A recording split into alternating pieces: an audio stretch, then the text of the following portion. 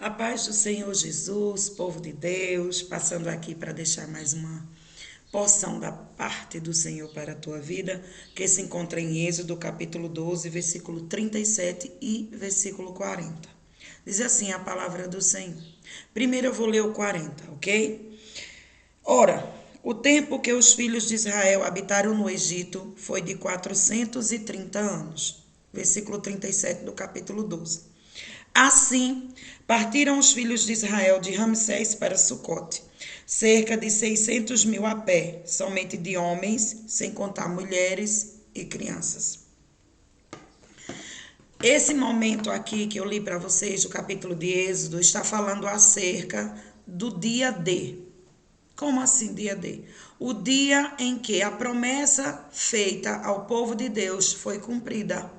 Este dia é o dia narrado por Moisés como o dia que o Senhor resolveu cumprir uma promessa. Como resolveu, irmã? Como assim? Veja só. A Bíblia diz em Gênesis que o Senhor diz a Abraão: ocultaria eu, pois, alguma coisa de Abraão?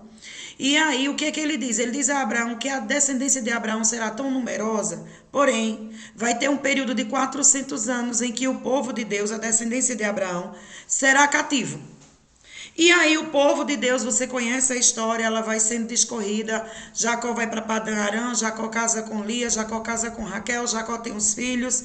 E aí os filhos de Jacó, com inveja de José, também filho de Jacó, só que Jacó com Raquel, vendem José para o Egito. José é vendido para o Egito, José vai para a casa de Potifar, da casa de Potifar José vai para a prisão. Você conhece a história da prisão. José interpreta os sonhos do padeiro, do copeiro, posterior os sonhos de Faraó. E aí José começa a ser o governador do Egito, José começa a ter nome, José começa a ter uma fama no Egito, e num dado momento a fome chega em toda a terra, e os irmãos de José vão até o Egito, e assim se cumpre os sonhos de José.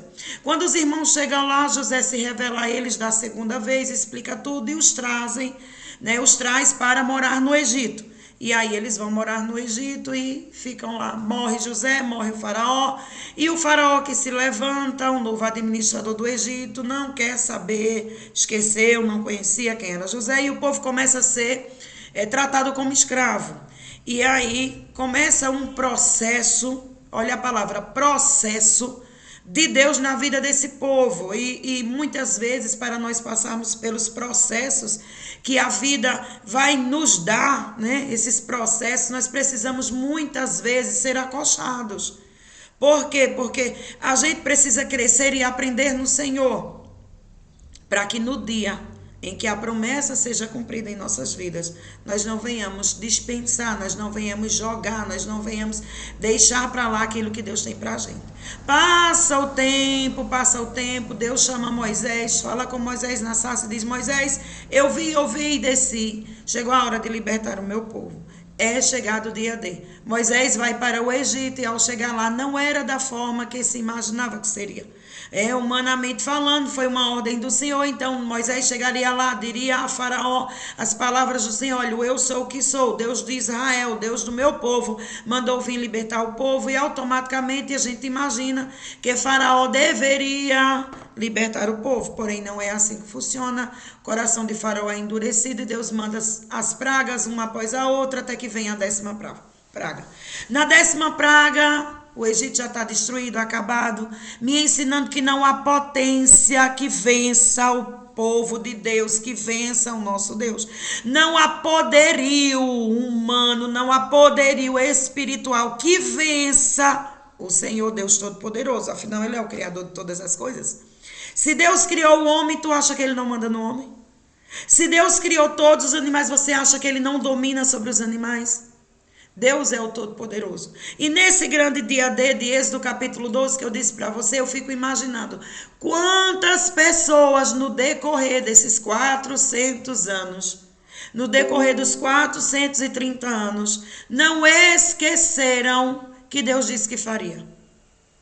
Quantas pessoas no decorrer desse tempo em que o povo de Deus estava como escravo no Egito, quantos esqueceram que Deus havia dito que faria?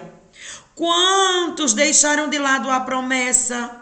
Quantos disseram em seus corações, em seus pensamentos ou até com suas bocas, Deus se esqueceu de nós? Quantos? Porém, aqueles que perseveraram, aqueles que conseguiram caminhar, viram Deus fazer. O que eu quero dizer para você? Vai chegar o seu dia. Talvez Deus tenha prometido a você algo que você já viu todas as circunstâncias à sua volta, você já viu todos os problemas, todas as situações, tudo, e você está no seu coração dizendo assim: eu acho que Deus esqueceu de mim, eu acho que Deus esqueceu da promessa que me fez, que me levaria, que me levantaria, que me daria, que salvaria, que mudaria, que libertaria, que transformaria. Deixa eu te dizer uma coisa: Deus não tem amnésia. O nosso Deus não é como um político que promete e não cumpre. O nosso Deus não é como um ser humano que diz que melhora e não melhora, que diz que faz e não faz. Não.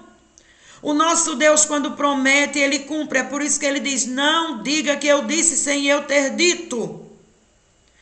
Eu quero deixar uma palavra de Deus para você. O povo de Deus vislumbrou, visualizou, viveu, presenciou a libertação do cativeiro do Egito. O povo de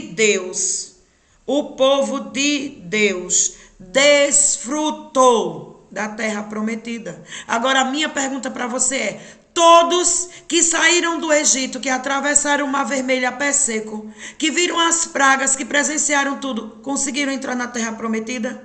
Não. Por quê? Por quê?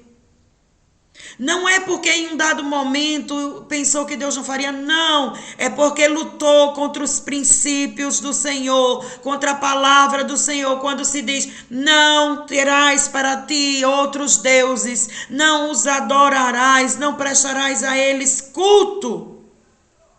Confia no Senhor. Confia no Senhor. Deus cumpriu esta promessa aqui.